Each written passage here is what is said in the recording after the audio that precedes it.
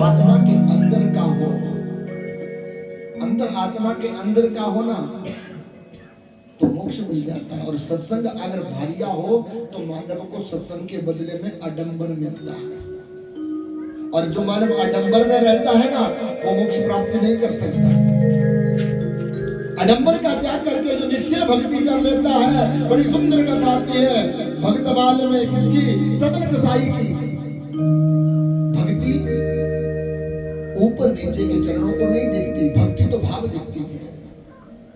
भाव युक्त ततः भक्ति, जिसके मन के अंदर भाव है, भगवान उसी के हृदय में बैठते हैं। सदन कसाई था, जाति का छोटी का था, काम करता था क्या? बोले पशुओं का मांस बाजार से लाता और रेडी लगा करके उस पशुओं के मांस को बेच करके अपने परिवार को पालता था। अब एक दिन की बात, उस मांस को बेच करके जब वो सदन कसाई पाल रहा था, तो तोलने के लिए जो तराजू रखा था ना, उस तराजू के तोल करने वाली जो बट्टी थी, वो बट्टी शालिग्राम का पत्थर था, लेकिन सदन कसाई से बात को नहीं जानता था। सदन कसाई के अंदर एक महानता थी क्या?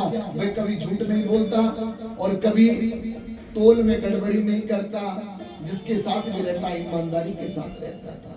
तो भगवान जी उस शालिग्राम की बट्टी में रह करके, तराजू के बीच में रह करके भी उस सदन कसाई के जीवन का उद्धार कर रहे थे।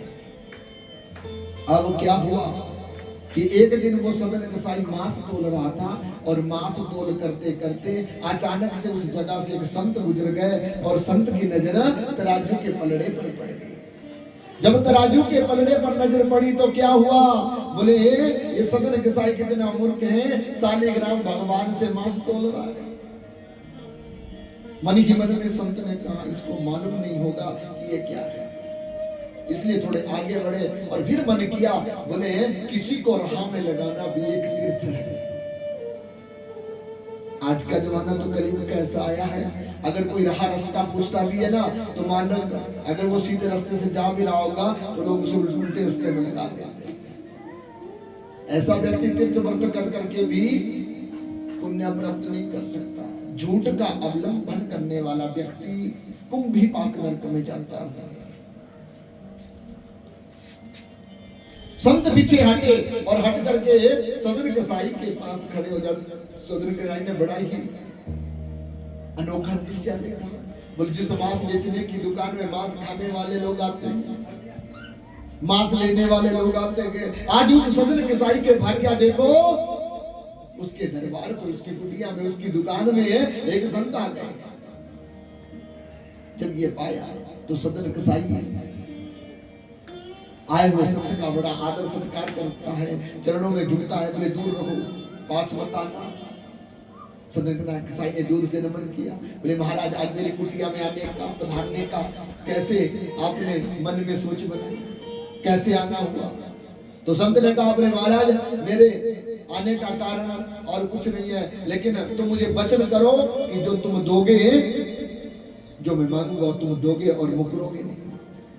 जब ऐसा कहा, सदन कसाई ने कहा, प्रभु आज मेरे दरबार में स्वयं संत आया, और संत अगर मुझसे कुछ मांगे तो इससे बड़ा और दान है, और दानी कौन होगा? मैं देने के लिए तैयार हूं। और जब ऐसा कहा तो संत ने कहा, बोले जिस तराजू में तू मांस तोलता है, उस तराजू के बीच में जो तूने पत्थर रखा हुआ है, वो पत्थर मुझे दान कर दो।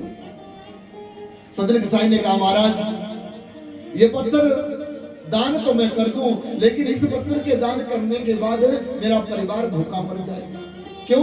बोले इस पत्थर के सही तोल के अनुसार मैं नित्यावृत्ति अपने परिवार को भी पाल रहा हूँ, और नित्यावृत्ति यहाँ पर इस मांस बेचने के काम को भी करता, कभी तोल में गड़बड़ी नहीं होती, और लोग मेरी सत्यता को जान करके ये मुझसे मांस ले जाते, मेरा क्रय विक्रय खरीदारी होती, और तुम इस बत्ती को इस ले जाओगे तो फिर मेरा जीवन कैसे चलेगा, मेरे जीवन का उद्धार कैसे होगा?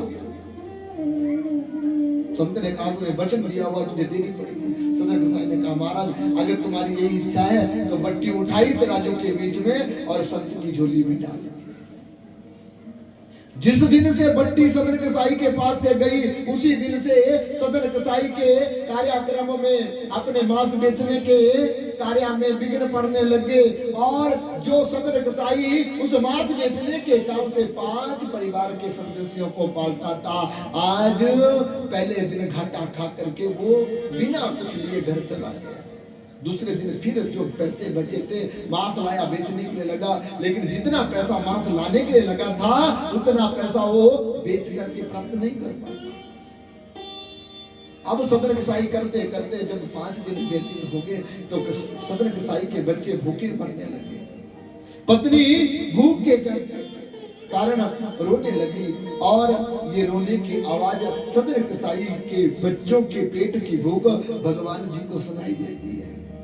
अब संत ने क्या किया, उस बट्टी को लिया, गंगा जी के जल से स्नान किया, बड़ा सुंदर आसन लगाया, आसन के ऊपर शालिग्राम जी की बट्टी को पूजा के पास रख दिया और पूजा करते करते कहने लगे बोले महाराज क्षमा करना, वो तो बड़ा मूर्ख था जिसने आपको मांस के तराजू में रख दिया, लेकिन मैं जान गया इसलिए प्रभु आपको अच्छे आसन पर ले आया हूँ, आप इस आसन पर विराजमान होकर के आनंद से।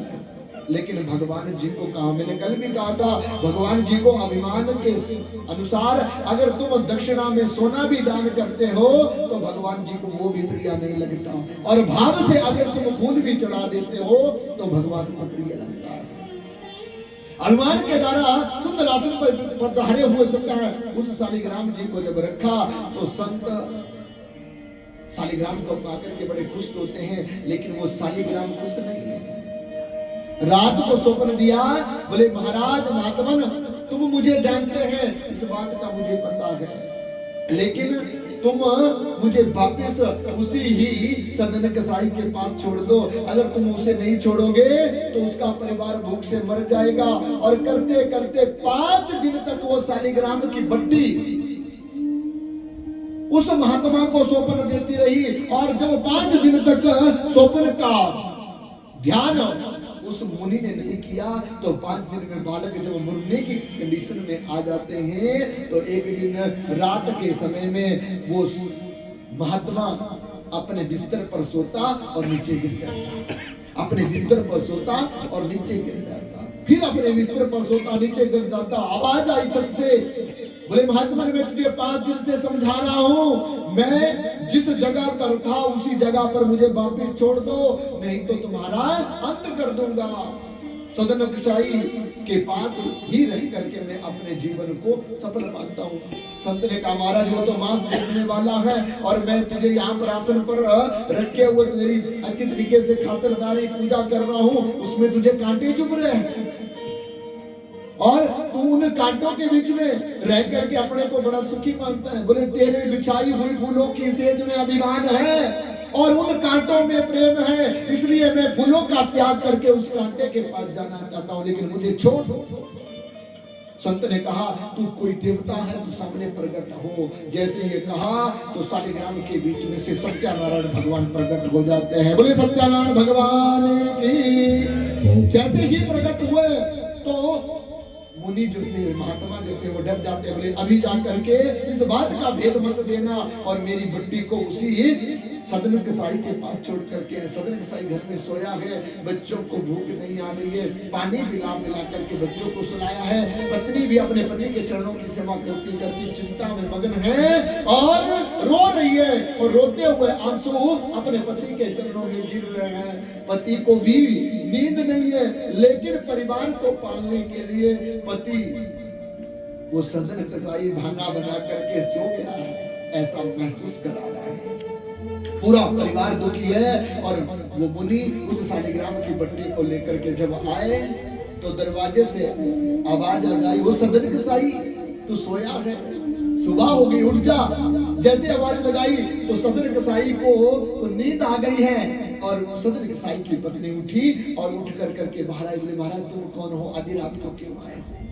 बोले महाराज देवी तुम जाओ और सदन कसाई को उठाओ। जैसे सदन कसाई को उठाया सदन कसाई दौड़ करके आया।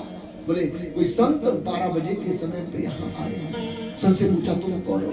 बोले महाराज मैं कौन हूँ, तू इस बात को भूल गया है, लेकिन तू कौन है ये मैं जान गया हूँ, इसलिए तुम्हारे तराजू के ऊपर से मैं बट्टी तुम्हारे से छीन करके ले गया हूँ, उसे वापस करने आया हूँ। सदर गोसाई को ध्यान आ गया, बोले जब से ये बट्टी गई है ना तब से मेरा नाश हो गया है, अब ये बट्टी मेरे पास आ गई, लगता है मेरे पूरे परिवार का कल्याण हो जाएगा। संत अभी कुछ बोलता नहीं है, बट्टी के हाथ आने में वो सदर कसाई विचार कर रहा, इतने में संत ने कह दिया, बोले सदर कसाई ध्यान से सुन, मैं तुझे बताना नहीं चाहता था लेकिन बता देता हूँ, जिस बट्टी से ना तू मांस तोल करके अपने परिवार को पालता था, और जिस बट्टी के कारण ना होने के विद्युत तेरे घर का अन्न जल खत्म हो गया था, वो बट्टी कोई साधारण बट्टी नहीं है। बोले महाराज क्या है, बोले महाराज ये साक्षात शालिग्राम है, साक्षात भगवान विष्णु है, साक्षात श्री बालकृष्ण है। जैसे ही ये जाना तो शालिग्राम को हाथ में प्राप्त किए हुए वो सदन कसाई बड़ा प्रसन्न हो जाता है, और मन ही मन में बार बार नमन करता हुआ कहने लगे, प्रभु आज तक मैं आपसे मांस तुलाता रहा और आप तोलते रहे, आप भक्तों के लिए इतना सब कुछ करते हैं, मुझे इस बात का पता नहीं है। शालिग्राम की बट्टी को लिया, परिवार का त्याग कर दिया और स्वयं गंगा के किनारे चले गए। गंगा जल से स्नान कर करके उस बट्टी को हाथ में लेकर के हृदय से लगाया और ओम नमो भगवते वासुदेवाय का जाप होने लगा। और सदर कसाई जो मांस बेचने वाला था आज नारायण की कृपा से संत बन गए। अपने अपने आप तो उद्धार किया ही किया, लेकिन पूरे परिवार का भी उद्धार कर देते हैं, पूरे परिवार का भी उद्धार कर देते। तभी बड़े लोग कहते हैं अनजाने में की हुई भक्ति भी, अनजाने में किया हुआ पाप भी प्रायश्चित हो जाता है, लेकिन जो मानव जानबूझ करके पाप करता